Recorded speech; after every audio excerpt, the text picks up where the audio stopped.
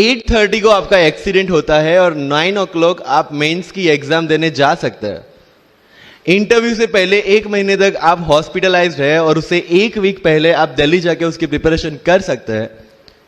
तो luck has to come with you, उसको आना पड़ेगा और आपको आईपीएस बनाना पड़ेगा। कि मैं एग्जाम के लिए निकला, मेंस मेरा था सुबह, GS3 का पेपर था। 8:30 को मेरा स्कूटी स्लिप हो गया, मेरा लिगामेंट इंजरी हो गया, लेफ्ट हैंड में इंजरी था, सीट से ब्लीडिंग हो रहा था। लेकिन मेरे पास 2 ऑप्शन थे। मैं खड़ा हुआ, मैंने देखा okay my right hand is safe and I decided I will go to the exam hall and write the exam.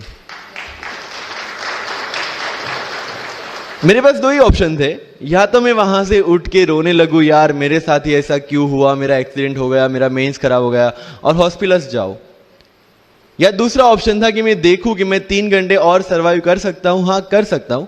मैं मेंस के लिए एग्जाम हॉल में गया।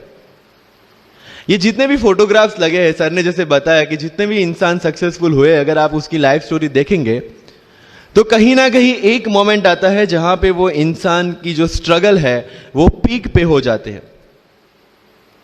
वो इस मोमेंट पे आपको डिसाइड करना है कि आपको वहां से यू टर्न लेना है या आपको वहां से आगे निकलना है। इन सब लोगों ने डिसाइड किया कि उनको वहां से आगे निकलना है। एंड दैट इज द फंडा ऑफ लाइफ। सक्सेस उन्हीं को मिलता है जो इस स्ट्रगल वाले मोमेंट से आगे निकलने की सोचता है। जब भी आपको लगे कि आपके सिर पे बहुत मुसीबत है, जब भी आपको लगे कि आप हर तरह से गिर चुके हैं, जब भी आपको लगे कि आपके पास कोई ऑप्शन नहीं है, तब एक चीज आप अपने दिमाग में लाइएगा कि यही मोमेंट है जहां से आपकी तकदीर बदलने वाली है। क्योंकि डायमंड जो होता है वो जितना ज्यादा घिसता है उतनी ज्यादा उसकी वैल्यू होती है। सोना जो होता है वो जितना ज्यादा तपता है उतनी उसकी वैल्यू होती है। अगर आप जिंदगी में तप रहे हैं, अगर आप जिंदगी में घिस रहे हैं, अगर आपको लग रहा है कि आप हर तरह से मुसीबतों में गिरे हुए हैं, तभी आपकी जो वैल्यू है वो बढ़ने वाली है।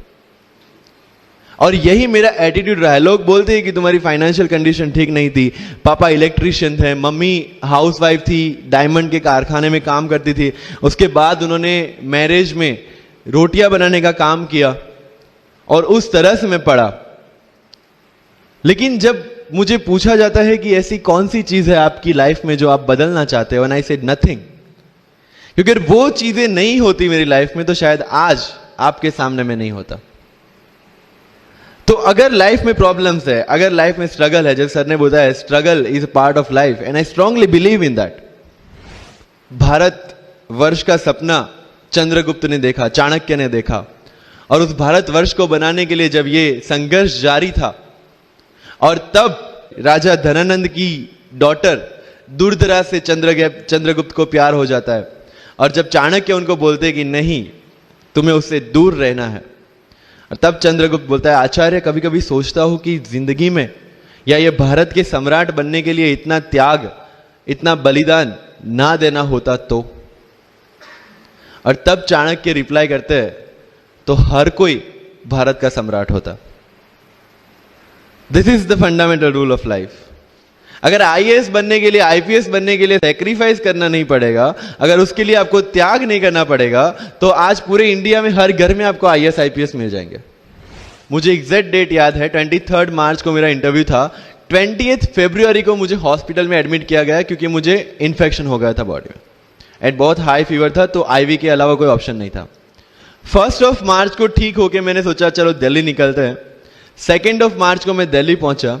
3 मार्च को वापस से टॉन्सिलाइटिस का अटैक होने की वजह से फ्लाइट लेके वापस से पालनपुर, अहमदाबाद, अगेन हॉस्पिटलाइजेशन। 15 मार्च को I got relieved from the hospital. 16 मार्च को मैं दिल्ली पहुंचा और 23 मार्च को I gave my UPSC interview. तो 1 महीने का हॉस्पिटलाइजेशन।